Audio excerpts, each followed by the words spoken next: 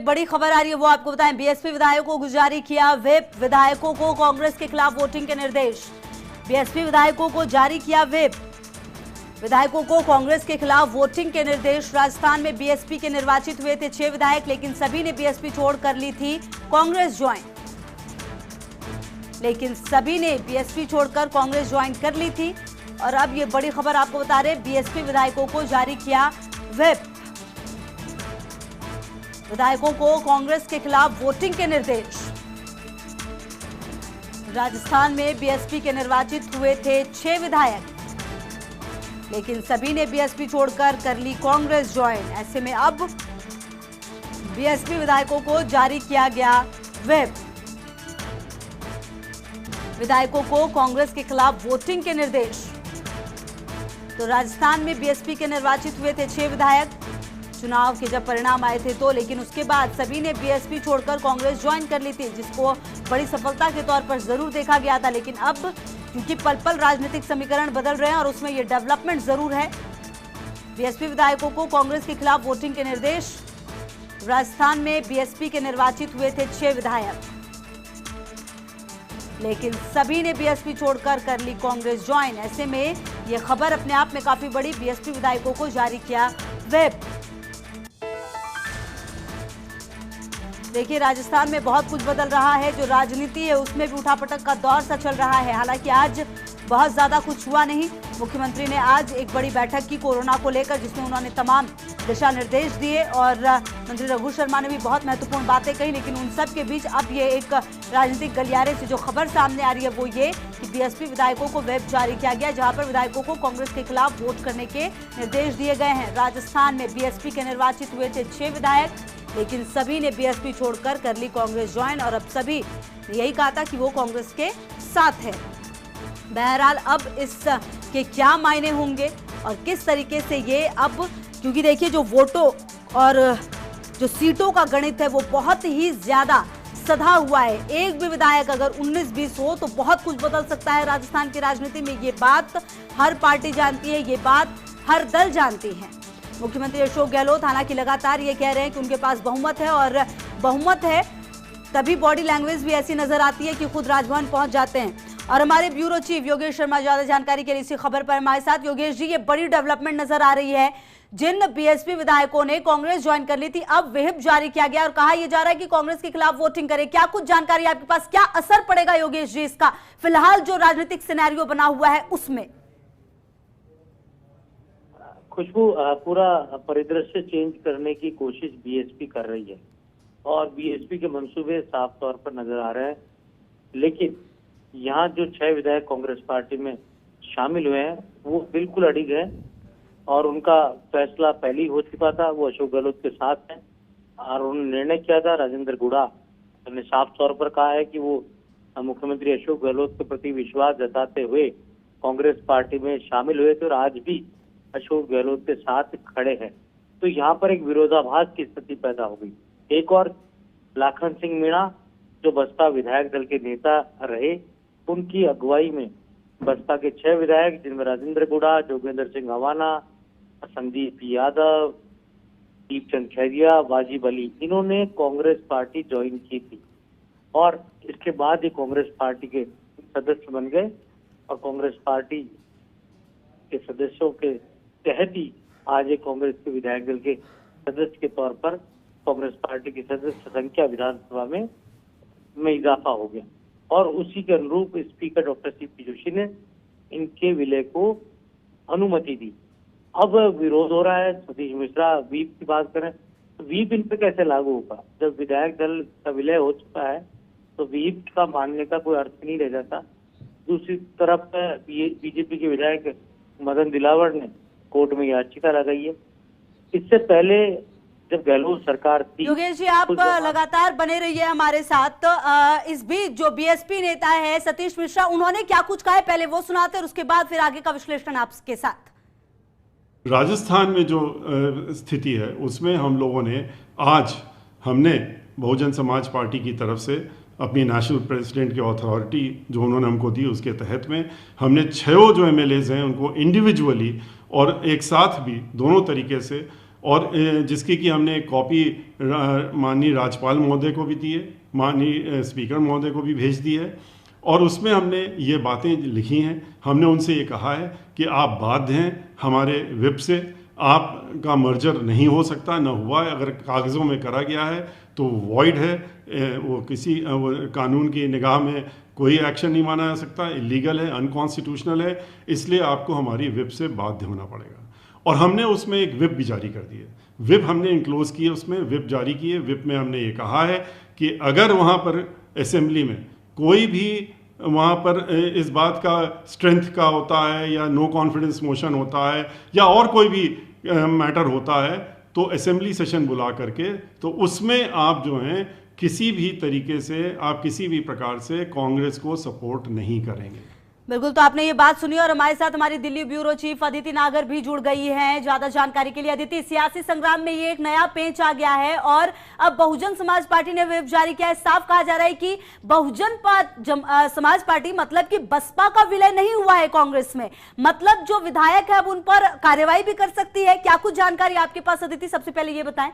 देखिए, सबसे पहले तो हमको ये समझना होगा कि ये जो पूरी कहानी है राजस्थान की, जिसमें गहलोत सरकार बचा रही है और सचिन पायलट सरकार जो है कह रहे हैं कि गहलोत अल्पमत में है, ये पूरा जो है और जिसमें भाजपा का भी रोल नजर आ रहा है, ये पूरी कहानी बसपा से शुरू हुई। एक दिन अचानक रात को बसपा के 6 विधायक, पूरी की पूरी पार्टी, पूरे विधायक दल के नेता शामिल हो जाते हैं। वो इसलिए होते हैं क्योंकि गहलोत सरकार के पास केवल 99-100 लोग होते हैं, तो उसमें 6 बसपा विधायकों के आने से सरकार को ताकत मिली और उसके बाद स्थिरता आई। तो वो पहला स्टेप था बसपा का लेकर। और जब चाहे फिर वो सचिन पायलट हो चाहे भारतीय जनता पार्टी हो, जिसको भी ये नजर आया कि कैसे सरकार को अस्थिर किया जाए, उसमें उन्होंने लीगली, भारतीय जनता पार्टी ने भी लीगली जो सबसे पहला स्टेप उठाया था वो बसपा के विधायकों की ज्वाइनिंग को लेकर सवाल था और उस पर कोर्ट में मैटर भी शुरू किया था। भाजपा के विधायकों ने इस पर पूरी स्टडी करी थी कि किस तरीके से एक साथ 6 लोग आए। अदिति, आप बने रहिए हमारे साथ विधायक वाजिब अली साहब जुड़ गए हैं ज्यादा जानकारी के लिए इसी खबर पर। वाजिब अली जी, एक बड़ी मुश्किल आती हुई, क्योंकि अब आप लोगों को भी निर्देश दे दिए गए हैं कि अगर अविश्वास प्रस्ताव आता है तो कांग्रेस के खिलाफ वोटिंग करें, क्योंकि कांग्रेस में मर्ज नहीं हुई है पार्टी, ये कहा गया है जी। ये बीएसपी पार्टी की तरफ से ये व्हिप जारी हुआ है, उन्होंने ऐसा कहा है जी। लेकिन जो मर्जर था वो अप्रूव हो चुका है और हम ऑफिशियली अभी कांग्रेस एमएलएज हैं, तो हम पे वो व्हिप लागू नहीं होता है। अगर उन्हें मर्जर पे कोई सवाल है तो उसके लिए प्रोसीजर है, वो याचिका लगाएं, वो या फिर और कोई रास्ते अपनाएं, तो उसका डिसीजन हो जाएगा। But as of now we are Congress MLAs. Wajib Ali, आपको लगता है कि इससे मुश्किलें बढ़ सकती है, क्योंकि अभी तो एक विधायक बहुत महत्वपूर्ण है सर? नहीं, मुझे नहीं लगता कि इसका कोई खास इसका कोई उद्देश्य है, क्योंकि जब जिस पार्टी में आप हो ही नहीं तो उस पार्टी का व्हिप आप पे कैसे लागू होगा। और 1.5 साल से तो इनको कोई व्हिप कभी भी किसी व्हिप की याद नहीं आई। तो ये क्योंकि बीएसपी भी बीजेपी के दबाव में ही काम कर रही है, तो ये सिर्फ परेशान करने के लिए या फिर कोई न्यूज बनाने के लिए या कोई हलचल पैदा करने के लिए इनका कोई प्रयास है, लेकिन इस ग्राउंड रियलिटी पे मुझे लगता नहीं इसका कोई प्रभाव पड़ेगा।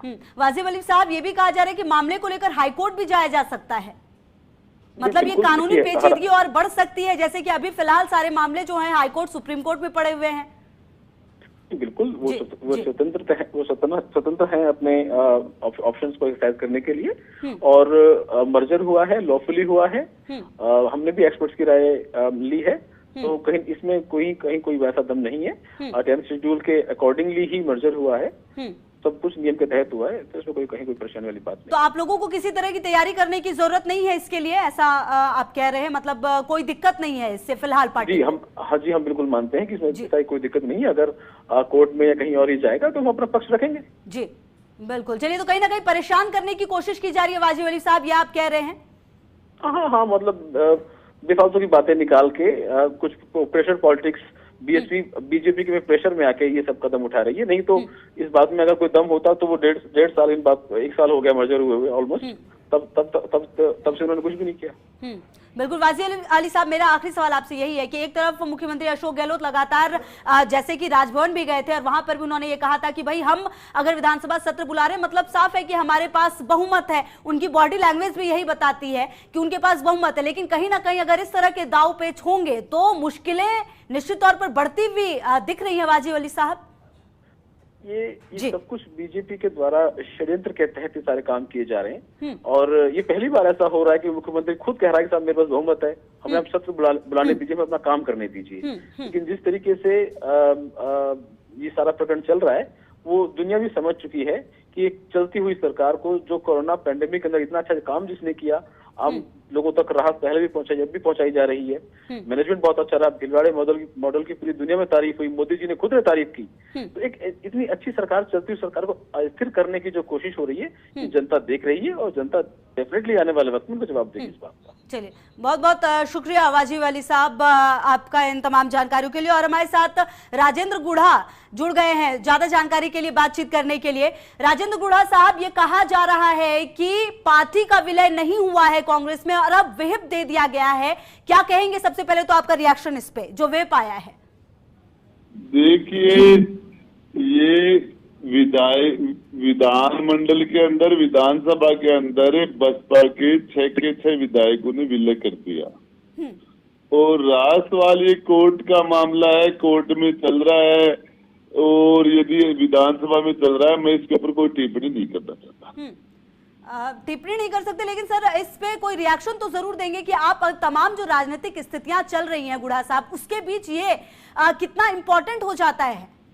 देखिए, जब मामला हाई कोर्ट में और विधानसभा अध्यक्ष के पास पेंडिंग है तो उसके ऊपर कोई टिप्पणी करना उचित नहीं है। और मैम, आप समझते हो, आपको धन्यवाद, आपने फोन किया और जब उचित समय आएगा मैं आपको बताऊंगा। अच्छा गुढ़ा साहब, मेरा आखिरी सवाल बस आपसे ये है कि जिस तरीके से अशोक गहलोत जो है वो लगातार सरकार बचाने की कोशिश में है, कवायद में वो लगातार ये कह रहे हैं कि लोकतंत्र को खतरे में डालने की कोशिश की जा रही है, और जब अब ये लेटर सामने आ गया है तो कहीं ना कहीं किस तरीके से रिएक्शन सामने आएगा? क्या मुश्किलें इससे बढ़ सकती हैं गुढ़ा साहब?